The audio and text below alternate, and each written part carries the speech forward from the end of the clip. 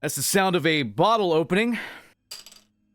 Because today I've had to upgrade from a Blameweiser in a can to a Guinness Extra Truth, because the shit I have to share with you guys today, this is going to be kind of a mixed bag video, but don't worry, I have timestamps, but they don't seem to fucking matter, because over and over again, I keep getting this comment. It's something that's just popped up in the past couple of years, and I will read it out for you for those in the car who can't see the screen right now, but comments essentially saying this: wrap it up, get to the point. If only your dad took that same advice, you wouldn't be here and ruining my comments section, you stupid piece of shit, but I digress. I never saw this comment back in the day. I've been doing YouTube since 2007. In fact, the only complaint I got back in the day about the length of my videos were that they weren't long enough. People wanted longer form content. Nowadays, despite me adding timestamps so you can click around, despite YouTube adding a feature where you can make me talk like I am on crack fucking cocaine at 4 times speed, it's not enough. I mean, people are gonna ask me eventually to wipe their ass for them while they watch me on the toilet. Because they can't do it. They can't focus. They can't do things themselves anymore because everything has become automated. And their brain, like I talked about earlier, is literally rotting out of their skull. And we're going to talk about this as it pertains to Call of Duty and modern gaming. So if you guys could like this video, I would appreciate it. Comment below. This video was amazing. Learned a lot. Whatever you want to say down there. And subscribe as well if you enjoyed that intro, because I want this to get pushed out into the algorithm and seen by as many eyes as possible. So after a quick word from today's sponsor, we will get right on in to the meat and potatoes, because I have a lot I want to get off my chest. Today's video is sponsored by Display. Now, I'm a huge poster fan, but unfortunately, I always run into this issue where corners will just come up over time, and then framing posters can just damage my walls because I have to nail them up. But Display aims to fix all of those issues. You can see the quality right out of the box. These are premium metal posters, and the hanging process, it's tool-free and it uses magnets. You don't have to worry about damaging your walls or not getting the posters straight. You can kind of adjust them on the fly. It's as simple as what you see me doing here. Put a leaflet down to protect your wall, put a magnet on the leaflet, put the poster on the magnet, and you're pretty much done. The XL posters are phenomenal as well. It's basically 4 posters that you combine into one, and with the toolkit they provide with this, it's super simple to do, super easy to set up, and it looks fantastic. Just look at Robert De Niro and Al Pacino here. Chef's kiss. So guys, use my code BLAME or hit up the link in the pinned comment or video description to get 26% off 1 display, 31% off 2 displays, and 36% off for 3+ displays. I absolutely love these posters, and if you're like me, you're gonna love them too. So the first order of business here, just so you guys know that the thumbnail of this video is not clickbait or whatever, Dave Chappelle Operator coming with half-baked bundle in Black Ops 7 Season 3. When I saw this, I thought it was an April Fool's joke. I like rubbed my eyes and I looked at the calendar and I'm like, it's March 31st. Close enough. Clearly, this has to be an April Fool's joke from Detonated, a Call of Duty news source. Haha, funny fucking joke, right? No, I checked again and he puts it with more bundles that have come out. It's fucking legit as far as I can tell at the time of making this video.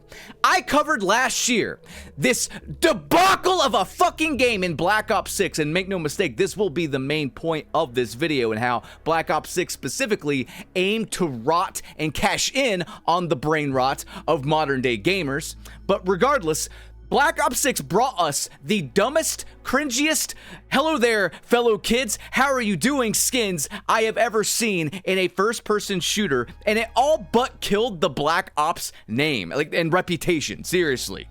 Stan Smith, Beavis and Butthead, Bloodman and Chronic, you name it, these cringy, uncool suits put it in their game to sell to children for like $20 to $30. And here we are again. But what makes this one so bad this year, and I feel like I am just a parrot at this point, calling out every time this billion-trillion-dollar company has lied to your face and has lied to everyone but I am here to cover how they lied about this yet again. So let me just roll some footage that aired over 5 months ago where I talked about a Black Ops 7 dev promising us that there would be no stupid skins in Black Ops 7.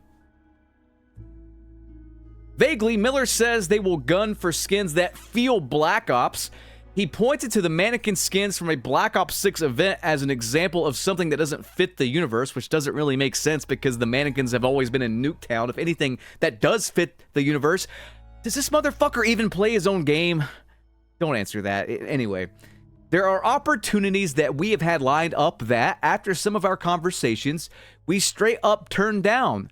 Big brands, big things. And we're like, no, we're not going to do that because it just doesn't fit. All intentions are to stick to stuff that we can hand on our heart, say, yeah, that feels Black Ops. That's really our goal. And I think that's a good clarification versus grounded. That snippet was from 5 months ago when they released a Little Caesars event skin, and I was ragging on them for that because they released that Little Caesars skin right after that dev fed us a bunch of bullshit. I mean, guys, look, I understand that there are Call of Duty fanboys. Maybe you're one of them watching this video.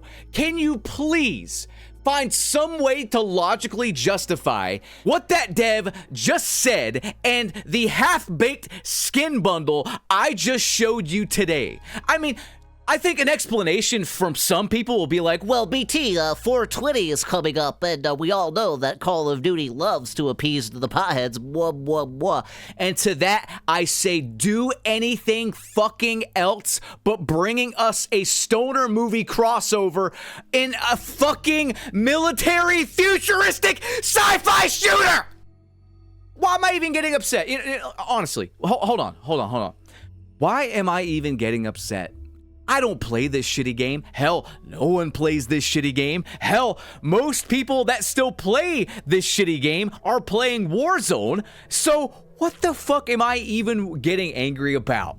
I just watched a video from T-Dog yesterday where he's like, Modern Warfare 4 is Call of Duty's last chance, and T-Dog's overall pretty positive for Call of Duty on his channel, and even his comment section said no, they've used up all their chances. They used up their last chance with Black Ops 6, and that is why the player count and the sales have fallen off a fucking cliff in 1 year's time. So really, there's no point. Like, the people still playing Call of Duty are either super fans or brain-rotted, normie casuals. And you might be saying, BT, that is harsh. But let me get into the second portion of this video. The main point I wanted to cover before this news broke about the stupid bundle. Call of Duty has legitimately been linked to brain rot, specifically Black Ops 6. And I know that that's like a buzzword right now, brain rot. Like, what does that actually mean? I mean that Black Ops 6 aimed to do the exact same thing that short form content does to your brain. I'm gonna consult Drifter's video on the matter before we get into more neuroscience-based evidence for this claim. And God, check this out.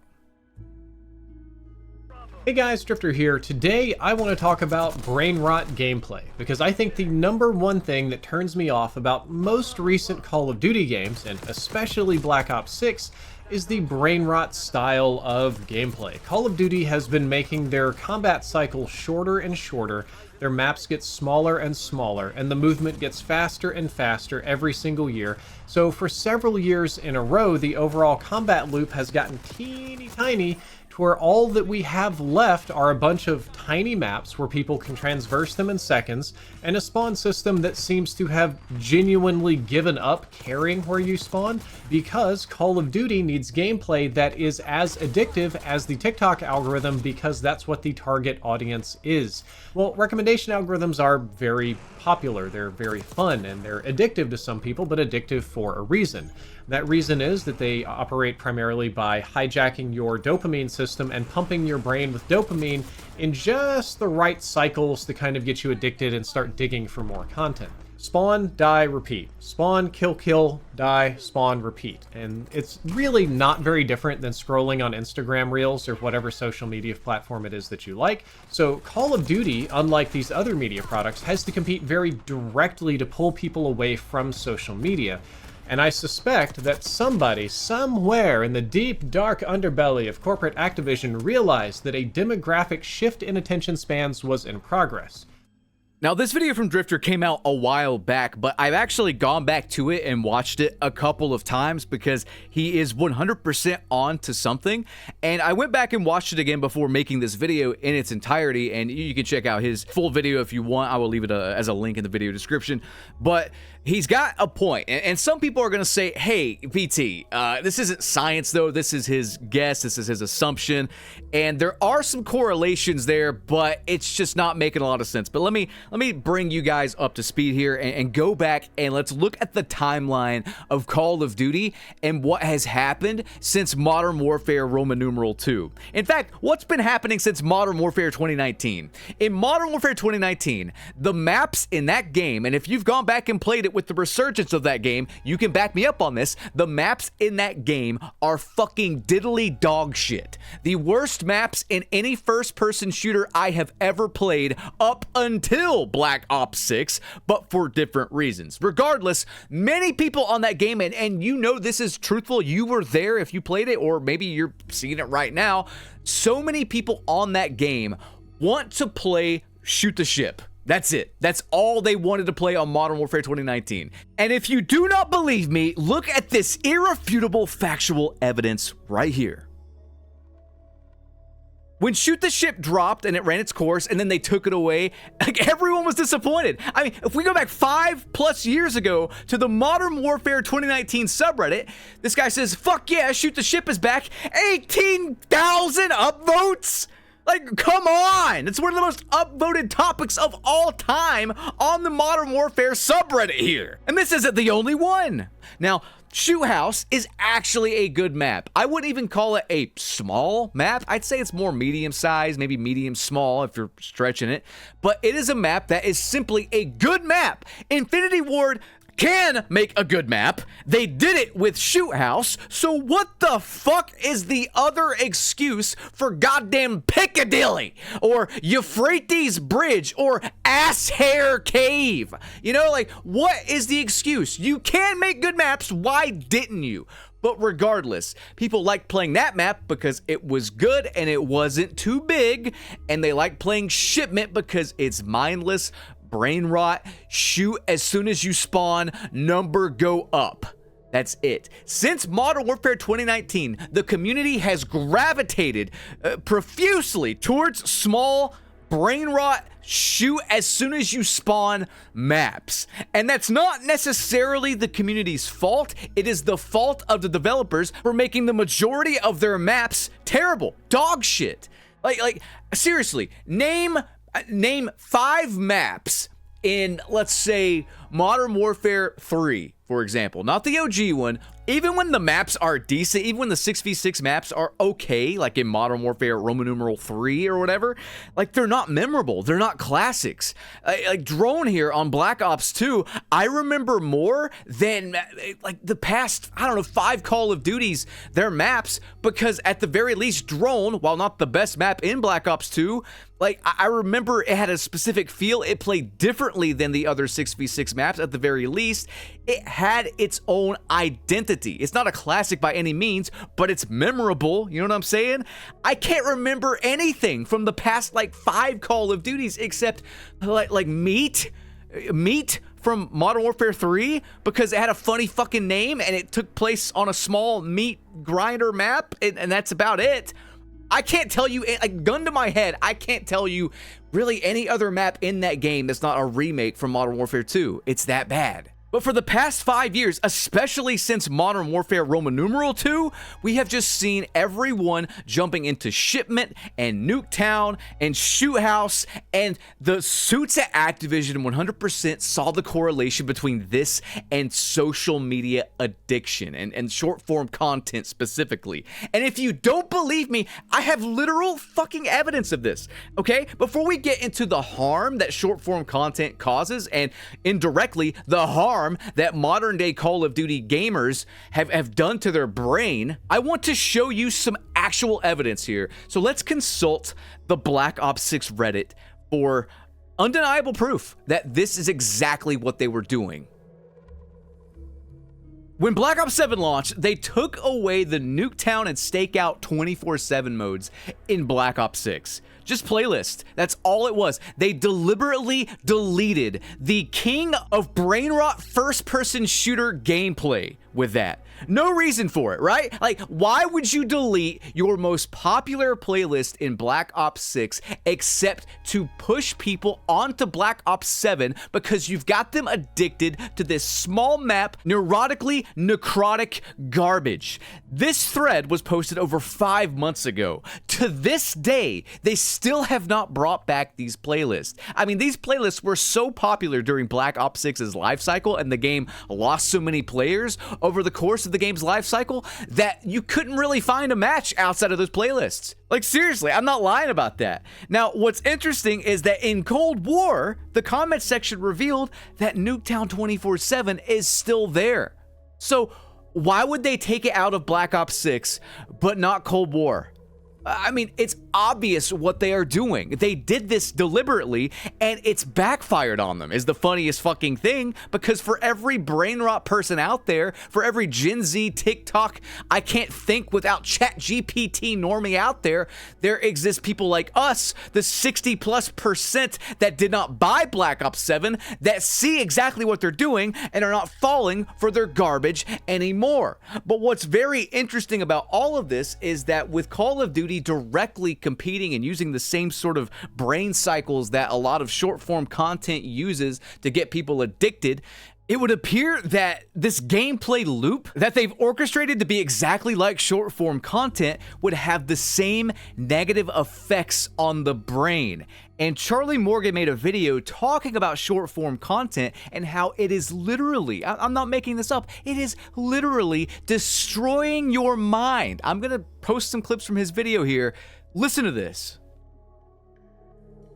Here's the problem with short form content. When you're scrolling through short form content, you are not using your brain, because the average length of the novel stimuli, i.e. the video, is not long enough for your neuro capacity to actually latch onto it, remember it, process it, and file it away. And so what that means is you're not using your brain, and that should scare you. Because your brain is basically a collection of billions and billions and billions and billions of neural pathways. And what that basically means is in your brain, you've got these little cells called neurons. And between these neurons, you've got basically like lines of connection, if that makes sense. And when you engage in behavior or when you do things, you're basically using neurons to do that. Anytime you think, recall a memory, have a conversation, watch a YouTube video, take a note, catch a ball, everything is just basically electricity pulsing around in your brain. So when you're watching short form content, what happens is there's less electrical pulses. Your brain's still doing things. It's still regulating your breathing. It's still going to be regulating you swallowing. It's still going to be regulating your temperature, but you're not consciously using it. When you do something, neuron thickens. When you don't do something, neuron thins. And so when you use and watch short form content, your neurons are thickening to watch short form content, but in the process, everything else in your brain just stops. And here's the terrifying statistic. I did some research on this. The average Gen Z or millennial person spends between 3 to 4 hours per day on short form content. 3 to 4 hours a day. You spend 16 hours awake, and if you spend 4 hours on short form content, that's 25% of your life, your time, and your brain that are literally just being decayed before you. I will also leave a link to his video in the video description so you can check out the full thing.